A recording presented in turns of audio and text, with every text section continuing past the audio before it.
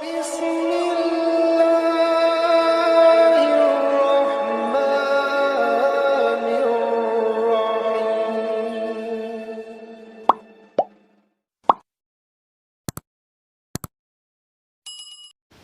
beriman tidak? Beriman. Sekarang Allah turunkan hukum khusus bagi insan beriman yang tidak berlaku umum. Kalau kita ikuti, maka terjawab pertanyaan kita, ya Allah, apa manfaat iman kami kepadamu yang hubungannya dengan rizki? Ya. Dampak iman kami terhadap rizki apa? Maka diturunkanlah ayat 172 di surah Al-Baqarah itu. Yang tadi 168 sekarang pindah ke 172. Paling kiri agak ke atas sedikit ya. Maka yang tadi ya ayyuhan nasu, yang ini ya ayyuhalladzina amanu. Sudah beda ya? Yang Al-Baqarah 168 ya ayyuhan nasu. Al-Baqarah 172 ya ayyuhalladzina amanu. Jelas? Hei semua yang telah menyatakan dirinya beriman. Kulu tetap sama dulu. Ikhtiarnya sama. Jadi bukan berarti sudah beriman gak ada ikhtiar. Tetap kamu pun kalau sudah beriman tetap hukum ikhtiar berlaku kata Allah.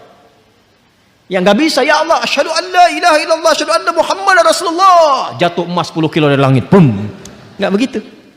Tetap ikhtiar, kulu kerja juga.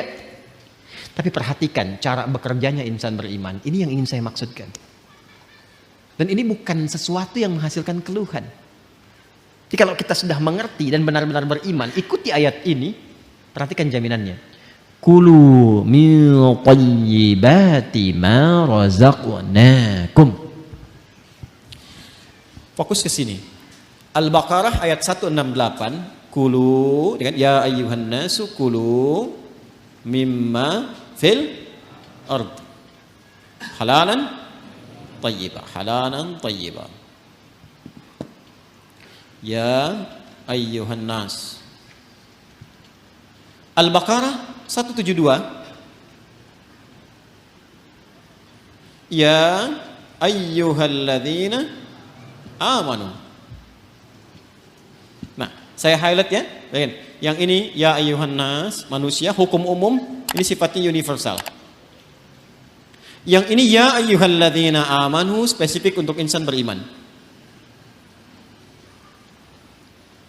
Yang ini kulu mimma fil ardi. Yang ini kulu min thayyibati ma razaqnakum. Insyaallah. Fokus baik-baik. Pada hukum umum ya ayyuhan nasu kulu mimma fil ardi, hukum ikhtiarnya dibuat oleh Allah Subhanahu wa taala dengan hukum umum yang rizkinya akan turun berdasarkan dengan kerasnya ikhtiar. Semakin tinggi ilmunya, semakin banyak kerjanya, semakin juga berbanding lurus dengan rizki atau kuantitas rizki yang didapatkan. Jadi kalau kerjanya makin keras, ya kan? Makin kuat, makin disiplin, makin banyak waktunya, maka demikianlah kuantitas rizki makin datang, makin banyak, makin banyak, makin banyak. Bagi insan beriman, Allah rubah hukumnya. Perhatikan, kulu min thayyibati, dihapuskan kalimat mimma fil ardinya. Ini asalnya begini bunyinya, min, ma. Kulu silahkan kerja, aktivitas ikhtiar.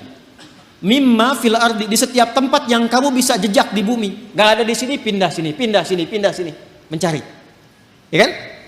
Bagi insan beriman yang benar imannya, oleh Allah dihilangkan kalimat ininya, maksudnya tidak digunakan kalimat ini. Kulu langsung pindah ke sini. Kata thayyibnya dijamakkan berbentuk thayyibat. Dibuang halalnya, dimunculkan kata thayyibnya dalam bentuk jamak. Kulu min thayyibati ma razaqnakum. Dan yang paling dahsyat, diganti kata mimma fil ardi dengan kalimat ma razaqnakum. Perhatikan cara menerjemahkannya. Kalau kita baca Quran, bacanya begini, ya ayyuhalladzina amanu kulu min thayyibati ma razaqnakum. Tapi kalau kita terjemahkan, cara membacanya begini. Hai semua insan beriman, ma razaqnakum, telah banyak aku siapkan. Dengan keagunganku aku telah siapkan rizki untukmu. Jelas? Paham gak sampai sini? Nah, bagaimana cara mendapatinya? maka mencarilah, berikhtiarlah untuk mendapatkan aku yang telah siapkan itu, yang telah aku siapkan itu dengan imanmu. Bagaimana ya Allah cara mencari rezeki dengan iman? Pertama, Allah buang pada bagian kedua kata halal yang gak disebutkan. Yang ini halalan thayyibah, yang ini dibuang kata halalnya. Tidak ditemukan kata halal.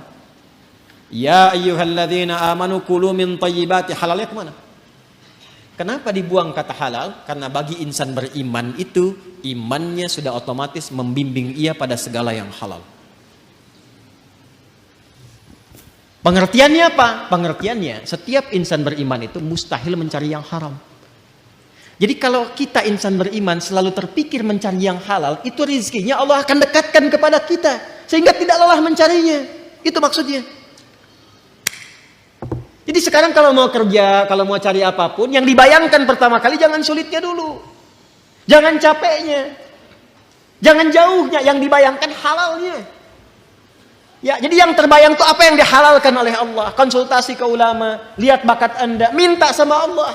Kalau Anda lakukan ini, kata Allah, aku mudahkan engkau mendapatinya, bukan engkau lelah mencarinya. Itu yang dimaksudkan. Nah, kalaupun sudah dapat, iman itu akan membimbing kita untuk selalu menyikapi rezeki dengan asas manfaat. Jadi yang Allah berikan nanti berkahnya. Dan berkah itu nggak dilihat pada banyaknya. Nggak dilihat pada banyaknya, karena setiap yang berkah itu pasti mengandung manfaat. Di ciri insan beriman itu sudah nggak lelah mendapatinya, lalu nafsunya ditata oleh Allah supaya memanfaatkan apa yang dicari itu, segala yang bermanfaat untuk dirinya saja. Jadi akhirnya dia nggak sibuk banyak berpikir sesuatu, yang penting bermanfaat untuk dirinya dia dapatkan. Saya beri contoh begini, yang paling gampang memahaminya. Bapak Ibu kalau haus itu butuh apa?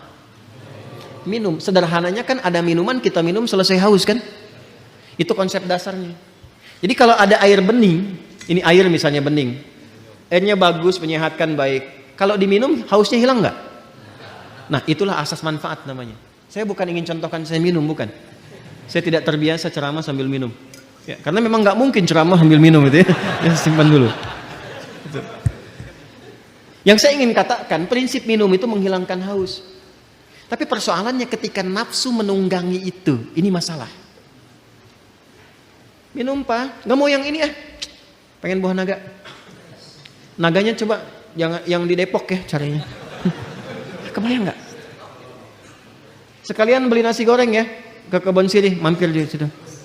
Jam segini suruh nari nasi goreng yang di Kebon Sirih. Padahal di depan udah banyak keliling-keliling, tek. Nyari sana macet, dapat buah naga, begitu mau Kebon Sirih tutup. Akhirnya nggak makan gitu. Itulah nafsu.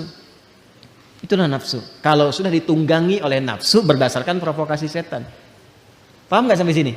Maka insan beriman itu kalau dia mencari rezeki dengan imannya, maka Allah akan bimbing ia mendapatkan rezeki itu dan dijamaahkan bentuk thayyibnya dalam bentuk berkah. Min thayyibati, aku tambahkan kualitasnya, sekalipun dalam pandangan manusia kuantitasnya terlihat sedikit. Contoh begini, 1 juta dengan 10 juta banyak mana? Tapi kalau 1 jutanya berkah, maka akan berbeda kisahnya. Akan berbeda kisahnya. 1 juta kalau berkah dengan 10 juta tidak berkah, demi Allah saya katakan 10 juta tidak berkah, besok dipakai besok habis. 1 juta berkah, besok dipakai sampai akhir bulan gak habis-habis. Gak habis-habis. Saya pernah kisahkan ini kan, saya punya teman dulu di Tripoli itu. Ya, dia dari Bukit Tinggi itu, diberikan oleh ibunya yang penyayang. Masya Allah. Rizki yang paling halal yang pernah dikumpulkan oleh ibunya. Sejumlah $50. Ia berangkat teman-teman sampai di Tripoli. Selama 4 tahun, itu gak habis $50 itu. Dan gak pernah terpakai $50. Sampai dia berazam mohon pada Allah, saya ingin ganti perjuangan ibu saya memberi saya ini dengan menghajikan beliau. Dan dikabul oleh Allah.